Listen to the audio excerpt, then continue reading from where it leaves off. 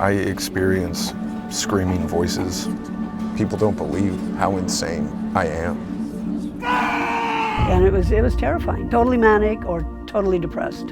And it wasn't him. The Adam we knew. I just wanted a car to hit me or a truck or just something to take me out because this time I wanted it to really work.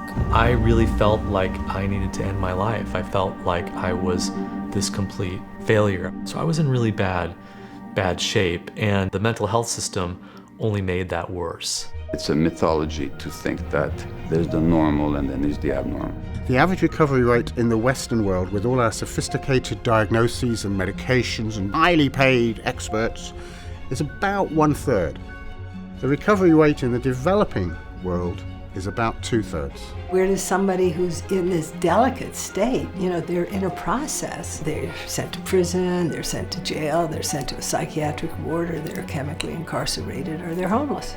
In the United States, we've come to believe in the chemical imbalance theory of mental disorder. These medicines are very, very powerful in helping, but they can be very powerful in harming.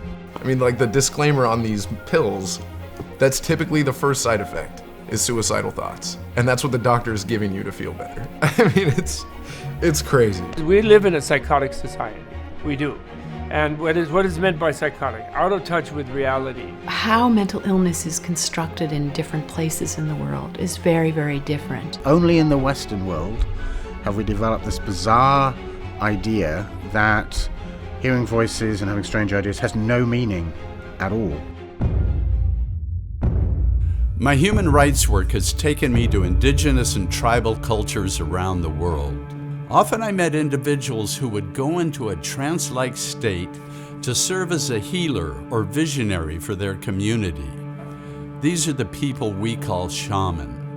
And I was surprised to learn that many were identified in their youth by having what we would call a psychotic break. Hearing voices, having visions, feeling terrified. I was struck by how differently these symptoms were looked at in our culture. We have lost touch in our medical system from some of the simple needs that people have for connection, the simple needs that people have for community. Maybe it's not just a broken brain. Maybe it's not just an illness. Maybe this is not just something to hide and be ashamed of. Maybe it's something to explore and learn from.